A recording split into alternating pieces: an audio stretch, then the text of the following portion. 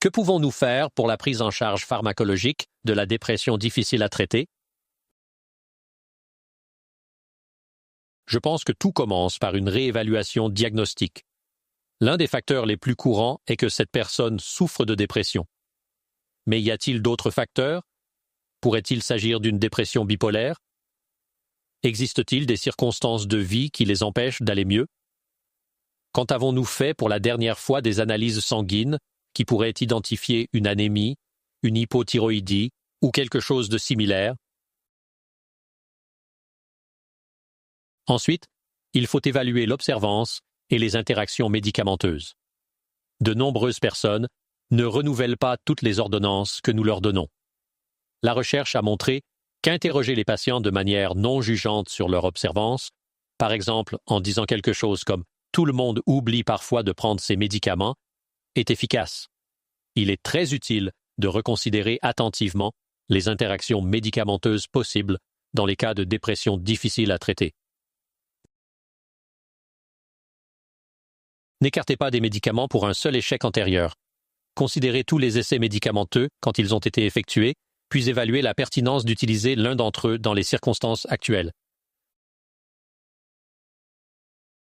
Lorsque la personne commence à s'améliorer, nous hésitons souvent en pensant « ce n'est pas qu'assez pour l'instant, donc je ne veux rien changer, je ne veux pas arrêter l'ancien médicament ». Nous devrions avoir plus de courage pour dire « ils ont pris l'ancien médicament pendant longtemps. Nous avons décidé de passer à un nouveau médicament. Continuons et éliminons quelque chose qui était là depuis des années et qui ne fonctionnait pas. Donc, arrêtez les médicaments non bénéfiques. » Bien sûr, nous surveillons attentivement les symptômes, mais soyons clairs sur les effets secondaires qui ont pu être plus subtils et non gênants dans l'immédiat, mais qui sont plus problématiques à long terme. Comment fonctionne la personne? Et que devons-nous faire pour améliorer son fonctionnement? Lorsque vous constatez clairement qu'une personne ne répond pas vraiment, vous passez par les bases. Une approche initiale pourrait être, si ce médicament est tolérable et que nous n'avons utilisé qu'une dose faible mais thérapeutique, d'optimiser la dose. CanMat ne recommande pas toujours d'atteindre la dose maximale pour chaque médicament, mais plutôt de faire quelques ajustements de dose pour atteindre au moins un dosage modéré, ce qui serait approprié, puis d'envisager la suite. La suite pourrait être déterminée par la nécessité pour la personne de changer de médicament ou d'ajouter un traitement d'appoint. Maintenant, lorsque nous parlons de médicaments, nous devrions toujours réfléchir à l'intérêt d'ajouter des traitements psychologiques. Il existe des traitements psychologiques de première ligne, et il peut être possible de les ajouter même de façon modeste, comme avec des outils numériques. Cet ajout pourrait aider pendant que la personne est en cours d'optimisation médicamenteuse. Nous devons donc garder ces autres principes à l'esprit, tout en poursuivant la question principale. Ajoutons-nous un nouveau médicament ou passons-nous à un autre médicament après avoir optimisé la dose au moins une fois? En général, nous envisagerions un changement s'il s'agit du premier antidépresseur, si le premier antidépresseur n'est pas très bien toléré ou s'il n'y a absolument aucune réponse. Cette réponse pourrait être quantifiée en se demandant leur échelle d'évaluation de la dépression, leur rapport PHQ-9, a-t-il montré une amélioration d'au moins 20-25% ou non? S'il n'y a eu aucune amélioration, le médicament ne vaut peut-être pas la peine d'être maintenu. Si le médicament que vous utilisez actuellement montre déjà un certain bénéfice, vous voudrez vous appuyer sur cela, ce qui nous permettrait d'envisager d'ajouter des traitements d'appoint. En général, les thérapies d'appoint montreront une amélioration dans les 2 semaines et certainement dans les 4 semaines. C'est donc un peu plus rapide que de simplement passer à un autre antidépresseur. Les traitements d'appoint peuvent également cibler particulièrement bien des symptômes résiduels spécifiques, ce qui permet d'obtenir un bénéfice tant pour l'efficacité que pour la gestion des effets secondaires. Les traitements médicamenteux qui peuvent être utilisés comme agents d'appoint sont répertoriés dans le tableau suivant. Nous pouvons voir qu'il existe 2 traitements de première ligne, l'aripiprazole et le brexpiprazole. dans les recherches historiques menées avec l'aripiprazole, des doses de 5 à 15 mg étaient généralement utilisées. Des études plus récentes ont montré que 2 à 5 mg sont les doses appropriées. D'après mon expérience personnelle, 2 mg est la dose idéale. Les doses indiquées pour le brexpiprazole commencent à 0,5 ou 1 mg, avec un objectif possible de 2 mg et éventuellement jusqu'à 3 mg. Nous pouvons voir qu'il existe une variété de traitements de deuxième ligne qui ont un cercle vert entièrement rempli, ce qui signifie qu'ils ont des preuves de première ligne. La raison pour laquelle ils sont classés en deuxième ligne peut être liée à des préoccupations concernant les effets secondaires, l'accessibilité, la tolérance, etc. Parmi les traitements de deuxième ligne figurent les différentes formes de kétamine, l'eskétamine intranasale ou la kétamine Cactro, l'olanzapine, qui présente bien sûr d'importants effets métaboliques et autres, mais reste utile. Il y a la kétiapine, Seroquel, qui a été étudiée comme agent d'appoint. Il y a la risperidone.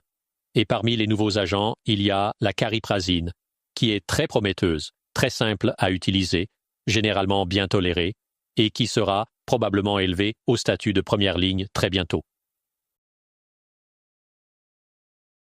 Nous avons mentionné que beaucoup d'agents d'augmentation sont des antipsychotiques atypiques. Les antipsychotiques atypiques présentent une charge significative d'effets secondaires, particulièrement chez les personnes âgées, et il existe des avertissements concernant le risque d'accident vasculaire cérébral chez les personnes âgées, etc. Les symptômes extrapyramidaux sont particulièrement gênants pour les patients de tous âges, et les divers autres effets secondaires associés aux antipsychotiques atypiques peuvent inclure la prise de poids, des problèmes de QTC, etc. Le tableau n'inclut pas la cariprazine à une dose de 1,5 mg par jour, avec la possibilité, mais pas la nécessité, d'augmenter la dose. Je voudrais vraiment souligner dans le dosage que moins peut être plus lorsque nous parlons d'agents d'augmentation. Pour la kétiapine, la dose idéale est en fait de 150 mg de la formulation XR. L'étude originale suggérait qu'une augmentation jusqu'à 300 mg pourrait être utilisée. Mais essayez d'atteindre rapidement la dose de 150 mg vous donnera de meilleurs résultats. L'approche de dosage utilisée dans les études est notamment de 50 mg le soir pendant quelques nuits, puis de passer directement à 150 mg. Les patients peuvent être informés qu'ils peuvent y aller plus lentement, mais s'ils veulent des résultats plus rapides, il est préférable de le faire rapidement plutôt que lentement. Il est bon de savoir que l'augmentation avec le bupropion réduit en fait les effets secondaires des ISRS, aide à neutraliser les effets secondaires sexuels et peut améliorer un peu la concentration. Mais étude après étude n'a pas montré de meilleurs résultats sur la dépression en combinant ou en ajoutant du bupropion à un ISRS. De même, l'ajout de mirtazapine peut améliorer le sommeil, mais n'améliore pas la dépression réfractaire. Soyez donc conscients que les antipsychotiques atypiques sont plus susceptibles d'être utiles comme agents d'augmentation.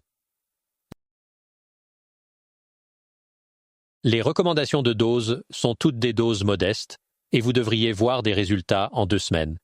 Et 4 semaines devraient constituer un essai adéquat d'un agent d'appoint avant d'ajuster la dose ou de décider qu'il est problématique.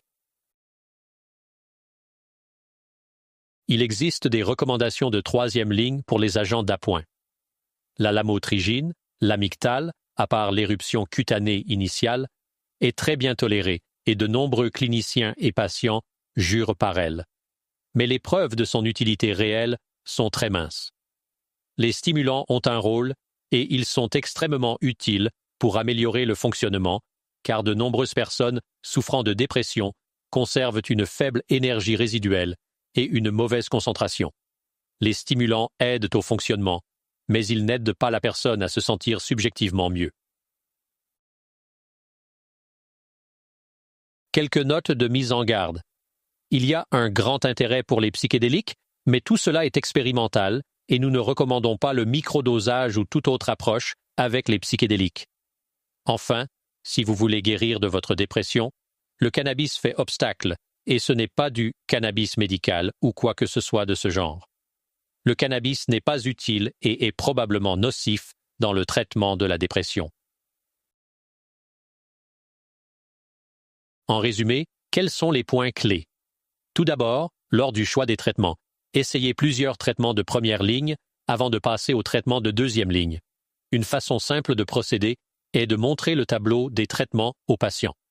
Nous parcourons le tableau ensemble, ce qui permet d'impliquer le patient pour examiner et choisir les traitements de manière collaborative. Un deuxième point clé est d'atteindre au moins une dose modérée du médicament sans nécessairement la maximiser avant d'envisager de passer à une autre stratégie. Si la personne tolère bien le médicament et souhaite maximiser la dose, il est tout à fait raisonnable de le faire. Et le troisième point clé concerne les agents d'augmentation. Les doses plus faibles sont préférables. Commencez avec l'aripiprazole à 1 ou 2 mg pendant 2 semaines, et s'ils montrent un certain bénéfice, continuez pendant 2 semaines supplémentaires. S'ils ne montrent pas de bénéfice après 2 ou 4 semaines, vous pouvez envisager un autre essai de 2 semaines à 4 ou 5 mg.